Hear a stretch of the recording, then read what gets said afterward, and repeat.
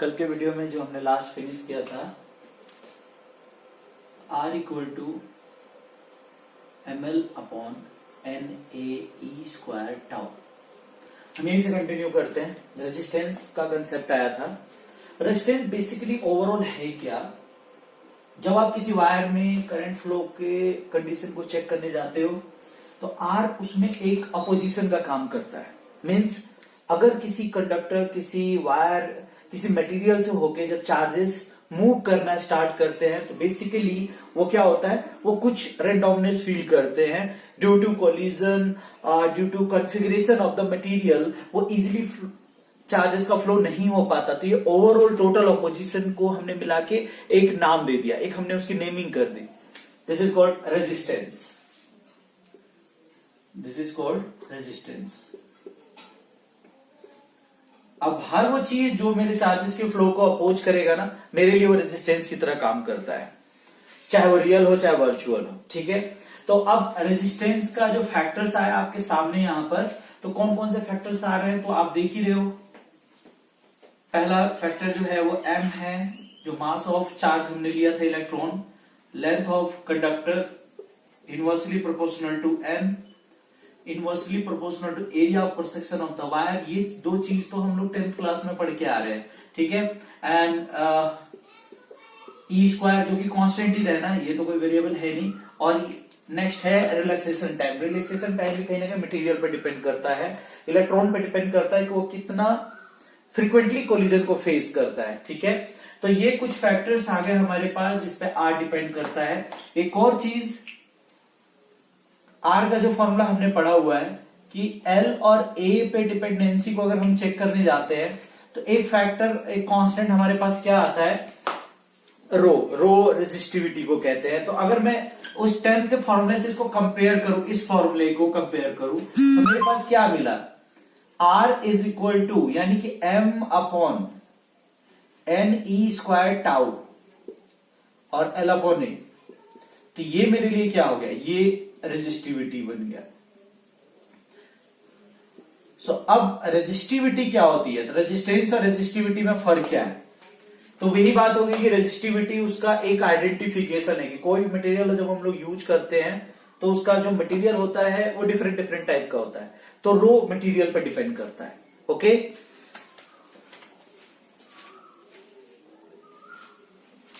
तो यहां पे रो की मटेरियल की डिपेंडेंसी हमने चेक कर लिया है। ठीक है, रेजिस्टिविटी का मतलब होता है कि मटेरियल का जो नेचर है वो कैसा है, क्या वो कॉपर है, वो एल्यूमिनियम है, क्या वो आयरन है।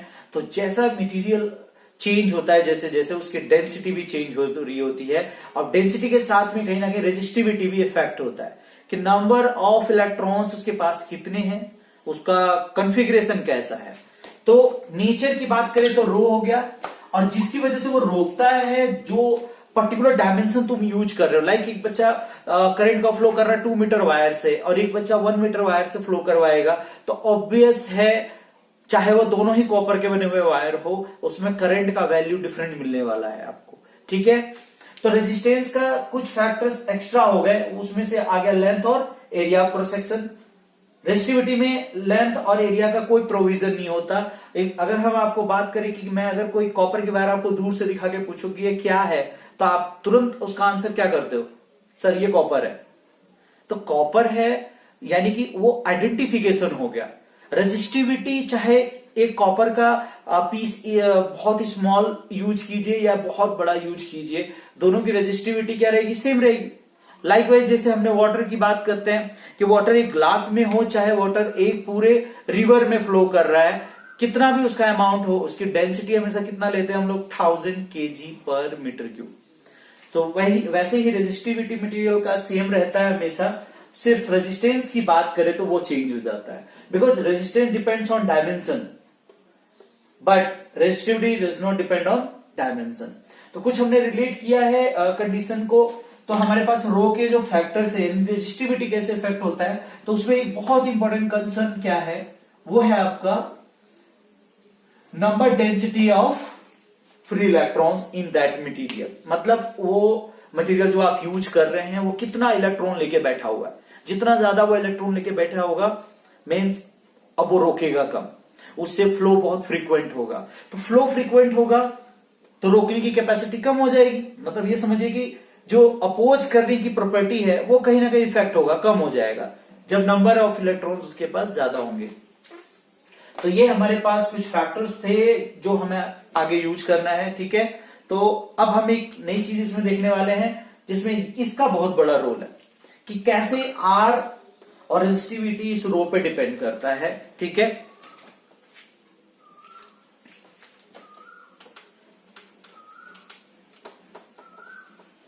देखते जाओ, आपने 10th क्लास में देखा होगा टेम्परेचर से हमने इफेक्ट तो बोला था बट उसको रिलेट नहीं कर पाए थे।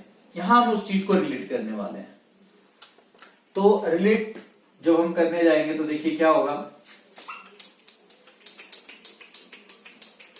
हमने क्या देखा एक्सप्रेशन में कि R is inversely proportional to relaxation time. और रिलैक्सेशन टाइम बेसिकली क्या था, क्या हमने इसकी डेफिनेशन पढ़ी थी, the time interval between two successive collisions. तो अब यहां पे एक बेस्ट एग्जांपल है, डायग्राम बना हुआ है ऑलरेडी, तो हम इसको यूज कर लेते हैं। सपोज इलेक्ट्रॉन का फ्लो हो रहा था, आपने प्लस माइनस पोटेंशियल सप्लाई किया हुआ था, इलेक्ट्रॉन एज यूजुअल फ्लो कर रहे थे, बट सडनली आप क्या करते हो, इसको हीट अप कर देते हो, किसी सोर्स बर्नर से आप इसको हीटअप कर देते हो। जैसे हीटअप करोगे तो क्या होगा, थर्मल एनर्जी इसको मिलेगा कंडक्टर को, कंडक्टर से इलेक्ट्रॉन्स को, और इलेक्ट्रॉन्स को जैसे ही हीट एनर्जी एक्वायर होगा वो क्या करेगा, वो भूल जाएगा कि उसको जाना किधर है, वो एक्साइटेड हो जाएगा। आपको मालूम है एक्साइटेड स्टेट में क्या होता है, एक्साइटेड स्टेट में आप बेसिक नेचर को क्या करते हैं, हमेशा लूज कर देते हो। तो यहां पे ये रैंडम मूव करने लगता है, फोर्स तो इस पे इलेक्ट्रिक फील्ड की वजह से लगी रहा है, बट ये रैंडम मूवमेंट करना स्टार्ट कर देता है, और थोड़ी बहुत ये जो रैंडमनेस आ गई इसके अंदर, फिर इसको दोबारा अलाइन करने में इलेक्ट्रिक फील्ड को थोड़ा और ज्यादा क्या करना पड़ेगा, टाइम लेना पड़ेगा, वो और मेहनत करेगा और इसको फिर से अलाइन करेगा और मूवमेंट करवाएगा। तो ये जो रैंडमनेस बीच में क्रिएट हुआ, तो इससे क्या होगा, कोलिजन का जो रेट है वो बहुत फास्ट होगा।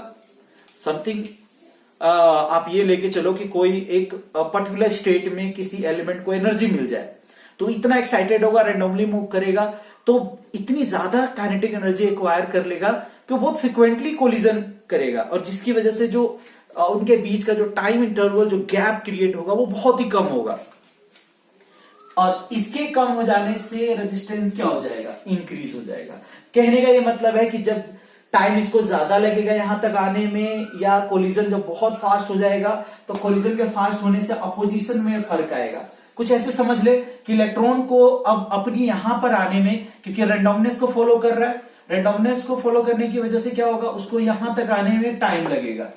और हमें मालूम है कि करंट इक्वल टू क्या होता है, टाइम अगर ज्यादा लोगे तो करंट क्या हो जाएगा, कम हो जाएगा। और करंट का कहीं ना कहीं कम ही होना, यही चीज स्टैंड करता है कि रेजिस्टेंस क्या है, इस वायर का इंक्रीज हो चुका है। रेजिस्टेंस मींस अपोजिशन ज्यादा हो रहा है, तभी तो करंट कम हुआ होगा। तो अपोजिशन टोटल ओवरऑल को मिला के हमने रेजिस्टेंस वर्ड यूज किया है। तो बेसिकली इसके बिहाफ पे एक चीज और निकल के आया, जो फॉर्मूले में तो नहीं दिख रहा था, बट हमने इसको कंडीशनली समझा। R is directly proportional to temperature of the wire। तो जो ओम्स लॉ आप पढ़ते हो तो उसमें देखा होगा आपने, स्टेटमेंट पढ़ा होगा जब भी, तो एक वर्ड उसमें यूज जरूर करते हैं, एट कांस्टेंट फिजिकल कंडीशन। तो कांस्टेंट फिजिकल कंडीशन का ही मीनिंग यही है कि टेम्परेचर प्रेशर को कांस्टेंट रखोगे तब ओम्स लॉ वैलिड होगा, अदरवाइज ये वैलिड नहीं हो सकता। क्लियर है? तो ये है इसका कंडीशन की रेजिस्टेंस टेम्परेचर के डायरेक्टली प्रोपोर्शनल, आप समझ सकते हो, ठीक है। वैसे ही सिमिलर वे में रेजिस्टिविटी, मटेरियल की जो प्रॉपर्टी होती है वो भी कहीं ना कहीं उसके टेम्परेचर पे डिपेंड करता है। तो ये दो चीजें हैं जो टेम्परेचर पे हमारा डिपेंड करता है। अब कुछ कंसेप्चुअल एप्लीकेशन बेस्ड क्वेश्चन पे आ जाते हैं जो हमने फॉर्मूले से सीखा है। यहां पे सपोज अगर मैं बात करूं, मैंने एक वायर का ग्राफ प्लॉट किया V और I के बीच में, ओम्स लॉ में पढ़ा था ना हमने, V इक्वल टू फॉर्मूला क्या लिखा था हमने, V RI, और R can be written as V by I। Suppose ये ग्राफ इस तरीके से है, जब ऐसा ग्राफ हम लोग बनाते हैं तो क्या होता है, किसी मटेरियल में हमने वोल्टेज बढ़ाया और वोल्टेज के इंक्रीज करने से करंट भी इंक्रीज हो रहा है, और ये लीनियरली है बिकॉज ये स्ट्रेट लाइन को अवे करता है, लीनियर रिलेशन को अवे करता है। तो जब हम इस ग्राफ का स्लोप निकालेंगे, स्लोप क्या होता है, समझिए मान लीजिए यहाँ पे कोई भी एंगल बना रहा है, कोई भी झुकाव हो रहा है, हम स्लोप बोलते हैं टेन थीटा को। तो जब भी हम इसका स्लोप निकालेंगे तो स्लोप में क्या आता है, परपेंडिकुलर अपॉन बेस, चाहे आप इस छोटे वाले ट्रायंगल का करो ये वाला, या चाहे पूरा कंप्लीट लीजिए, slope equal to tan theta, so perpendicular upon base. Perpendicular में हमेशा वोल्टेज आएगा और बेस में हमेशा करंट की वैल्यू आएगी, और बेसिकली क्या ये बताएगा, ये इसके रेजिस्टेंस को बताता है। तो वी आई ग्राफ का जो स्लोप होगा वो क्या देगा हमें, वो रेजिस्टेंस देता है। सिंस स्लोप हर जगह यानी थीटा हर जगह अगर सेम है इस वायर का, तो टेन थीटा भी सेम होगा, सो स्लोप भी सेम रहेगा। So R resistance of wire will not change when we increase the value of voltage. Voltage को बढ़ाने से करंट बढ़ता है, पर रेजिस्टेंस पे इस का कोई भी इफेक्ट नहीं होता। तो ये हमने इसका ग्राफिकल फॉर्म देखा। अब आ जाते हैं डायरेक्टली बेसिक कंसेप्ट पे ही, ओम्स लॉ।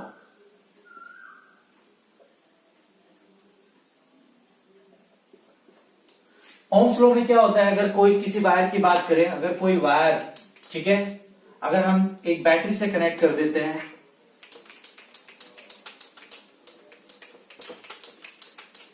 अगर हम किसी वायर को एक बैटरी से कनेक्ट कर देते हैं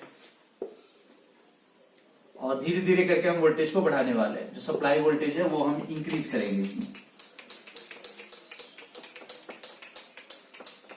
जब हम इसको इंक्रीज करते हैं वी की वैल्यू, तो जो करंट फ्लो करता है, बेसिकली करंट हम लोग क्या लेके चलेंगे, करंट जो है वो कन्वेंशनल करंट हम लोग बोलते हैं। मतलब फ्लो ऑफ नेगेटिव चार्ज को हम लोग करंट नहीं बोलते, हम लोग फ्लो ऑफ पॉजिटिव चार्ज को करंट बोलते हैं। बट सिंस कंडक्टर में कोई भी, मतलब कंडक्टर में कोई भी पॉजिटिव टर्म यूज होता ही नहीं है, पॉजिटिव न्यूक्लियस हम यूज नहीं करते, सिर्फ न्यूक्लियस चार्जेस कौन से इसके पास अवेलेबल है, फ्री इलेक्ट्रॉन्स। तो करंट फिर पॉजिटिव चार्ज का फ्लो कैसे लिया, तो इट जस्ट अ कन्वेंशन।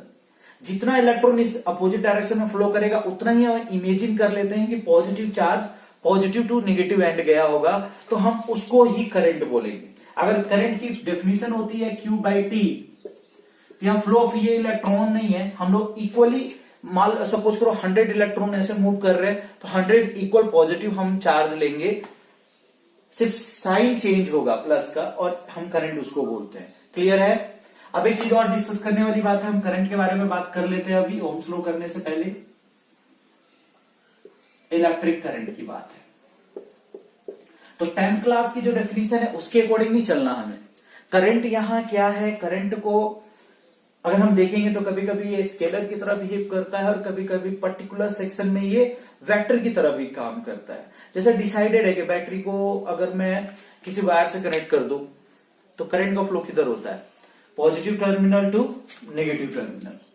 तो कहीं ना कहीं कुछ डायरेक्शन सा लग रहा है कि इसका डिसाइडेड है डायरेक्शन किधर है फ्लो होने का, बट अभी हम देखेंगे कि ये फॉलो नहीं करेगा इस चीज को, ये फुल्ली वेक्टर भी नहीं होता, फुल्ली स्केलर भी नहीं होता। इसको हमने एक अलग सी कैटेगरी में डाला है टेंसर क्वांटिटी, पर बहुत से बुक्स आप पढ़ोगे तो उसमें हम इसको स्केलर ही लेके चलते हैं, बिकॉज स्केलर प्रॉपर्टी ज्यादा बिलोंग करता है इसमें। सो करंट क्या होता है, तो करंट का डेफिनेशन मैं यहां लिख देता हूं और फिर मैं इसको एलिब्रेट भी करूंगा यहां पे। Current means rate of flow of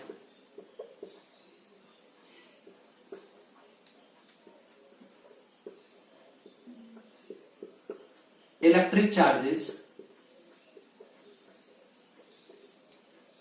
through a particular section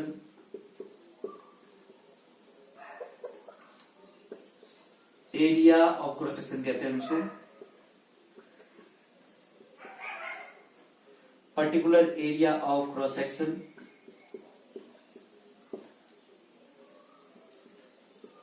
known as electric current. ये 10th क्लास का डेफिनेशन ये कि आपने सिर्फ फ्लो ऑफ चार्जेस को करंट बोल दिया। करंट इस बार लेना है ना, तो करंट को हमने समझ के करना है, इमेजिन करके करना है। सपोज करो इलेक्ट्रॉन्स का फ्लो हो रहा था, ठीक है, बहुत सारे इलेक्ट्रॉन मूव कर रहे थे, और हमने इसके बीच में कोई एक यूनिट एरिया ले लिया, सपोज कर लिया, ठीक है, ये एक यूनिट एरिया, इलेक्ट्रॉन यहां से आ रहे थे, जरूरी नहीं कि उसी सेक्शन से सब पास करें। तो अगर मुझे करंट रियल मीनिंग में मेजर करना हो तो करंट का मीनिंग क्या बनेगा कि इस पर्टिकुलर सेक्शन को जिसको हमने अंडर ऑब्जर्वेशन लिया है, इससे जितने इलेक्ट्रॉन इसको क्रॉस करेंगे 1 सेकेंड के अकॉर्डिंग, 1 सेकेंड का ही टाइम है आपके पास, आप काउंट कीजिए कि 1 सेकेंड में कितने इलेक्ट्रॉन्स इस पर्टिकुलर एरिया को ही क्रॉस करते हैं, और भी परपेंडिकुलरली। चार्जेस का जो क्रॉस होना चाहिए वो कैसा होना चाहिए, परपेंडिकुलरली। तो बेसिकली जो इस एरिया से होके जितने चार्ज पास हुआ, हमने उसको काउंट कर लिया और टाइम लिया। अब सपोज करो 1 सेकंड ना लेके 2 सेकंड आपने लिया, तो फिर 2 सेकंड के हिसाब से आप चार्जेस को कैलकुलेट करोगे, डिवाइड करोगे, तो जो पूरा आएगा वो क्या आएगा, कूलम पर सेकेंड आएगा। यूनिट होता है चार्ज का कूलम पर सेकेंड। तो बात तो वही होगी ना, 1 सेकंड के हिसाब से ही आ जाएगा। सपोज 2 सेकंड में 2 कूलम चार्ज गया है, तो 1 सेकंड में कितना, 1 कूलम। तो हम पर सेकंड के हिसाब से इसको बोलते हैं। तो ये हो गया इसका कंडीशन। बट आपको मालूम है करंट क्या है, एक फंडामेंटल क्वांटिटी है, तो इसका ऐसा यूनिट क्या होता है, ऐसा यूनिट इज एम्पियर। और आप कह सकते हो इसको कूलम पर सेकेंड, ठीक है, दोनों चलेगा। तो बेसिकली करंट तो ये हो गया करंट। अब बात करते हैं इसका स्केलर होना या वेक्टर होना। तो पर्टिकुलर इस वायर की बात की जाए, इस सेक्शन ए से लेके इस सेक्शन बी तक, ये स्ट्रेट वायर है तो चलता है, मतलब करंट का डायरेक्शन डिसाइडेड है कि ए से बी की तरफ स्ट्रेट जा रहा है। अगर मैं इसका एक छोटा सा सेक्शन भी कट करके निकालूं तो करंट उसमें फिक्स है कि ए से बी की तरफ जा रहा था, तो डायरेक्शन कुछ ऐसा होगा। बट अगर सपोज कीजिए यही वायर जो है वो अगर जॉइंट पे है, यहां तक तो लग रहा है कि वेक्टर है और हमें लेके भी चलते हैं कि चलो वेक्टर को अभी कर रहा है। बट अगर हम डिस्ट्रीब्यूशन की बात करें चार्ज का, यहां देखिए करंट सपोज कीजिए यहां से आया, एक जॉइंट था वायर का और यहां से 2 जॉइंट ऐसे बाहर जा रहे थे, यहां से गया I1, यहां से गया I2, यहां से आया था I, 2 पार्ट में ऐसे करके डिवाइड हो गया। तो ये जूम करके चलते हैं कि 5 एम्पियर था, इधर 2 एम्पियर गया और इधर 3 एम्पियर गया। इनके बीच में अभी जो एंगल है वो 70 डिग्री का है। क्लियर? तो अगर ये रियल मैटर में वेक्टर होता तो अब मैं अगर एंगल चेंज करूं तो ये कहीं ना कहीं अफेक्टेड होना चाहिए था, मैग्नीट्यूड में फर्क आना चाहिए, हमने पढ़ा हुआ है ये चीज।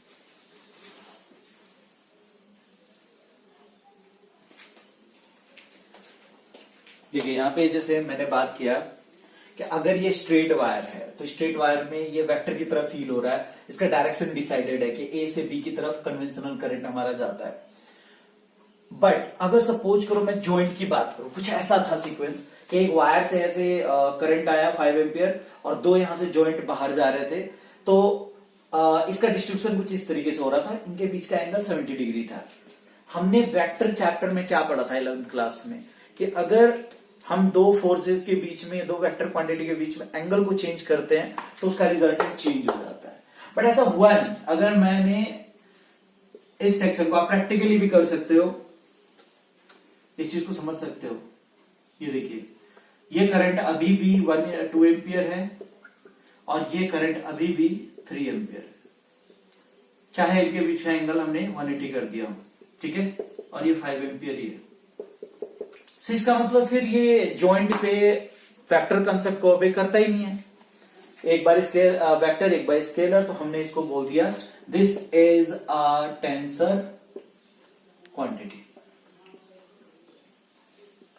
पर वैसे इन जनरल आपसे कोई पूछता है तो आप उसको स्केलर बोल दोगे तो गलत नहीं होगा, बट वेक्टर कभी मत बोलना, ठीक है। तो ये हमने ले लिया स्केलर में करंट को। क्लियर? तो current basically rate of flow of charge through a given section, जो हम इमेजिन करते हैं, ठीक है। जनरली वायर का जो क्रॉस सेक्शन है वो बिल्कुल परपेंडिकुलर ऐसे कट होता है, चार्जेस इसको ऐसे क्रॉस कर रहे होते हैं, तो इसलिए हम लोग करंट को डायरेक्ट पूरे होल एरिया के लिए ले लेते हैं। अगर सपोज करिए कट ऐसा नहीं होता और ये कट ऐसे होता क्रॉस सेक्शन, तो अभी हम क्या करते हैं, इस एरिया को लेंगे ही नहीं, हम लोग इस एरिया को ही बनाएंगे और इसका ये एरिया क्या होता है, एक कंपोनेंट बन जाएगा, एक कंपोनेंट फॉर्म में आ जाएगा। क्लियर? तो हम लोग उस पर्टिकुलर एरिया से कैलकुलेट करते हैं जो परपेंडिकुलर होता है, स्लैंट एरिया से हम लोग नहीं लेते हैं। जैसे अभी मैं आपको इसको एक्सप्लेन कर देता हूं नेक्स्ट डायग्राम में।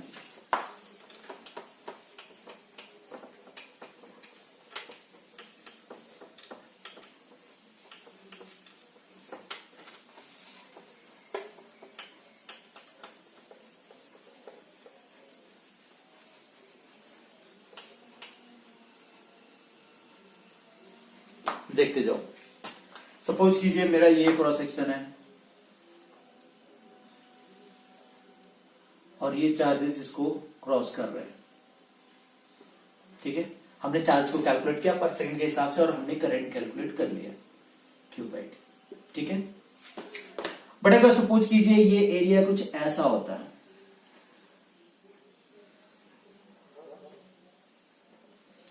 और चार्जेस क्रॉस ऐसे कर रहे हैं। ठीक है, इस तरीके से चार्जेस क्रॉस कर रहे थे, तो हम क्या करते हैं, हम इस एरिया का, जैसे एरिया वेक्टर क्या होता है, एरिया वेक्टर हमेशा आप इस तरीके से यूज करते हैं परपेंडिकुलरली। क्लियर? तो कितने चार्ज इस पर्टिकुलर एरिया वेक्टर के अलोंग जा रहे हैं, हम उसे कैलकुलेट करना होता है। या फिर आप एक काम कर सकते हैं, इस एरिया वेक्टर का एक कंपोनेंट इधर क्या आएगा, ए कॉस थीटा।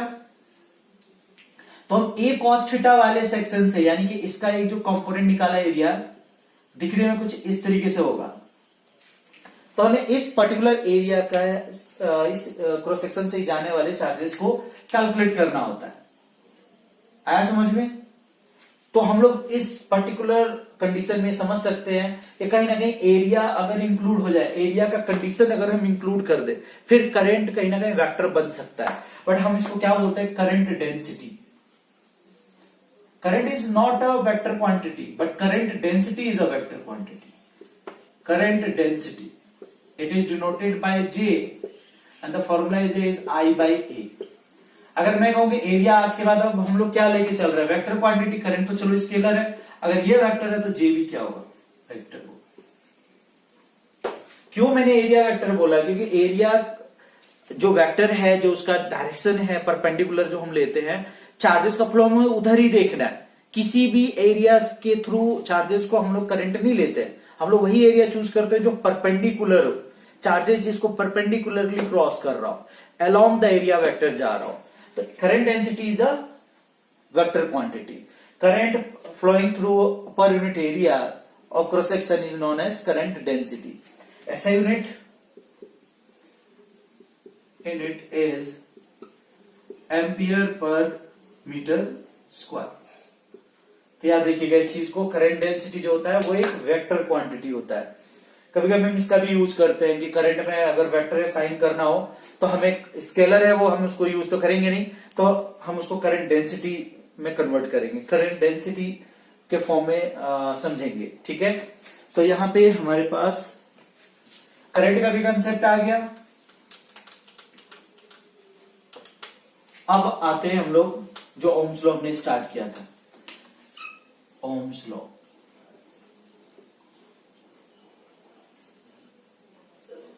ओम्स लॉ क्या कहता है कि अगर किसी वायर के थ्रू आप किसी पर्टिकुलर वायर के थ्रू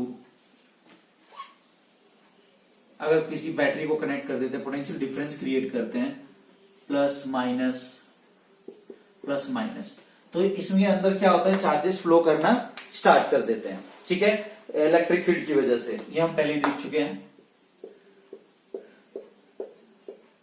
ये इलेक्ट्रॉन इसके अंदर इनसाइड में माइनस से प्लस की तरफ मूव करते हैं।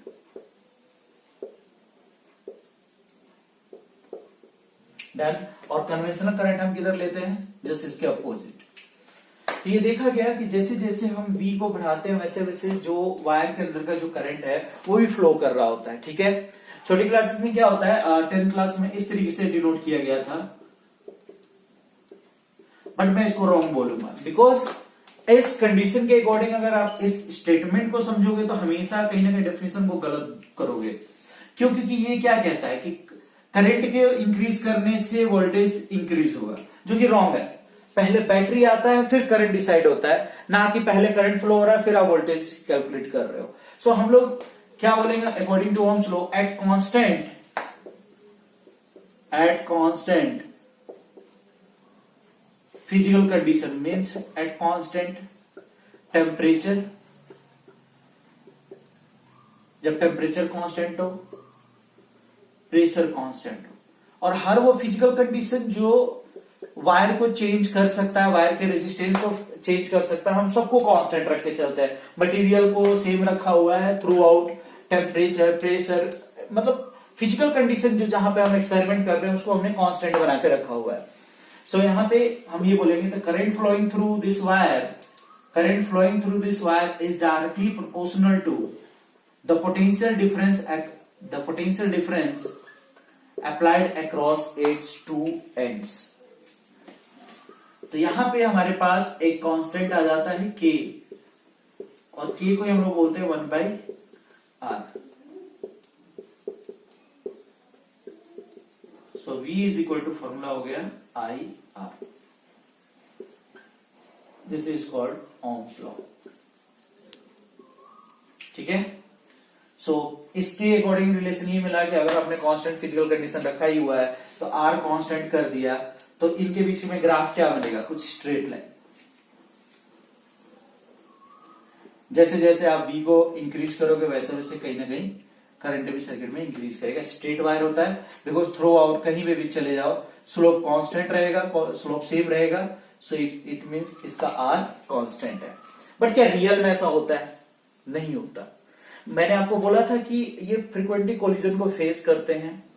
ठीक है, अब क्या हुआ कि जब हम जैसे जैसे वोल्टेज को बढ़ा रहे होते हैं, इलेक्ट्रॉन जा रहा होता है नेचुरली, अब इलेक्ट्रॉन के फ्लो होने से कहीं ना कहीं बीच में वो कोलिजन जब फेस करता है तो कुछ सर्टेन अमाउंट ऑफ एनर्जी वो हमेशा लूज करता है as in the form of heat. तो अब ये हीट के फॉर्म में अपनी एनर्जी को लूज कर दिया, तो कंजर्वेशन तो ओबे नहीं हुआ जो हम चाहते थे। हम जितनी एनर्जी एक्सपेक्ट कर रहे थे उतना तो इलेक्ट्रॉन एक्वायर किया नहीं, और ना ही इसने ट्रांसपोर्ट किया। तो वो जो रिड्यूस हो गया तो कहीं ना कहीं ये कंसेप्ट ओबे नहीं होता, रेजिस्टेंस सेम नहीं रहता। हीट के फॉर्म में एनर्जी रिलीज होगी, टेम्परेचर रेज करेगा वायर का, तो आर इंक्रीज हो जाएगा। आर के इंक्रीज करने से कहीं ना कहीं करंट भी इफेक्ट होगा। तो ये स्ट्रेट पोर्शन या आइडियल कंडीशन की बात होती है। क्लियर है? तो ये था ओम्स लॉ। ओम्स लॉ पे बेस्ड जो फॉर्मूला आपने देखा इसको हम ऑलरेडी डिराइव करके आ रहे हैं कि R इज इक्वल टू क्या होता है, rho L upon A। Rho क्या है, रेजिस्टिविटी।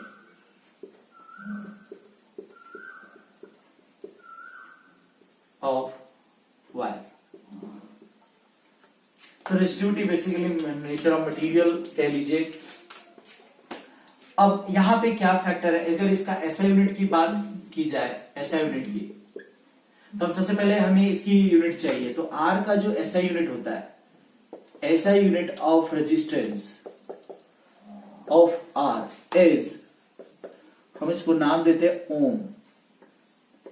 इंडियन ओरिजिन नेम है, ठीक है, ओम। और सिंबल क्या है हम लोग यूज करते हैं, ओमेगा का, लाइक दिस। तो ये है। अब इसकी यूनिट आ गई तो आप रेजिस्टिविटी की यूनिट निकाल सकते हो। अब मुझे इसकी यूनिट चाहिए, ये मीटर हो गया, ये मीटर स्क्वायर हो गया, तो यूनिट में अगर देखेंगे तो इसकी रेजिस्टिविटी की यूनिट आती है ओम मीटर। हम याद नहीं करते, हम सीधा पुट करके सॉल्व करते हैं। ओम हो गया, मीटर, मीटर स्क्वायर, मीटर से मीटर स्क्वायर का एक मीटर कैंसिल, मीटर मल्टीप्लाई में ओम मीटर। ठीक है, तो ये हो गया हमारे पास रेजिस्टिविटी का यूनिट। अब कुछ कंसेप्चुअल पे आ जाते हैं।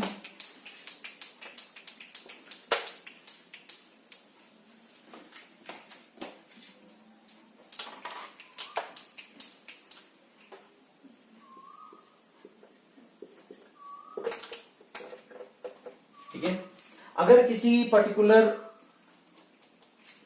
वायर का रेजिस्टेंस एज्यूम कर लेते हैं कि ये दिया हुआ है, ये एक वायर था,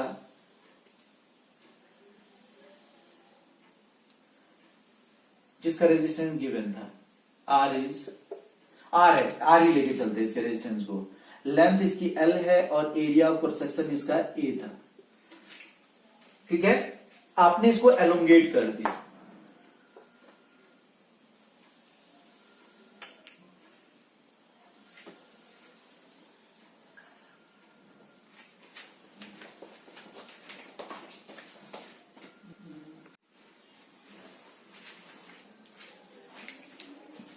यहां देखो, हमने जो रेजिस्टेंस है इसको इतना एलोंगेट किया है कि जो न्यू लेंथ है वो पहले वाले लेंथ का n टाइम्स है। कुछ भी हो सकता है न्यूमेरिक की वैल्यू में, 2 टाइम्स, 3 टाइम्स, 4 टाइम्स। तो अगर आप ऑब्वियस है लेंथ को इंक्रीज करोगे तो एरिया भी चेंज हुआ होगा। अब मुझे नहीं मालूम ये पुराने वाले एरिया में कितना टाइम्स हो रहा है। तो सिंपल सी बात है, जितना वॉल्यूम मटेरियल इसमें यूज हुआ है उतना वॉल्यूम इसमें है, तो दोनों का वॉल्यूम क्या होगा, सेम होगा। तो न्यू एरिया पहले वाले एरिया का कितना हो गया, A/N टाइम्स। इनिशियली अगर देखा जाए तो रेजिस्टेंस का फॉर्मूला क्या होता है, रो L अपॉन A। एक चीज और, जो मटेरियल होता है वो तो चेंज होता नहीं है, मटेरियल तो वही रहेगा, आप उसको चाहे किसी भी लेंथ का यूज कीजिए तो रो सेम रहेगा। तो सेकेंड टाइम में अगर मैं रेजिस्टेंस कैलकुलेट करने जाऊं तो रो तो वही है, लेंथ हो गया L डैश, एरिया हो गया A डैश। तो रो L डैश की मतलब क्या हो गया, L डैश की मीनिंग हो गया NL और एरिया न्यू हो गया A/N। तो अगर n ऊपर गया तो ये हो जाएगा n square rho L upon A। और ये क्या है, ये इनिशियल वाला रेजिस्टेंस है। So basically new resistance is n times of R, ठीक है, sorry n square times of R। तो कभी कोई न्यूमेरिकल आपके पास आता है कि अगर मैं किसी वायर को एलोंगेट करता हूं, टू स्ट्रेच करता हूं 2 टाइम्स, तो न्यू रेजिस्टेंस क्या होगा, तो न्यू रेजिस्टेंस 2 टाइम्स बोला ना मैंने, तो 2 का स्क्वायर कीजिए और पुराने वाले रेजिस्टेंस से मल्टीप्लाई कर दीजिए। It means new resistance becomes 4R। तो ये कॉमन क्वेश्चन है जिसमें आप डायरेक्ट इसका यूज कर सकते हो कंसेप्ट के लिए। नीट और जेईई के लिए हमने इतना डिटेल में नहीं जाना, आप बस इस कंसेप्ट को याद रखो, ठीक है, डायरेक्ट आप इसको सॉल्व कर सकते हो। क्लियर? तो ये था एक क्वेश्चन जिसमें रेजिस्टेंस कैसे चेंज करता है उसका कंसेप्ट था।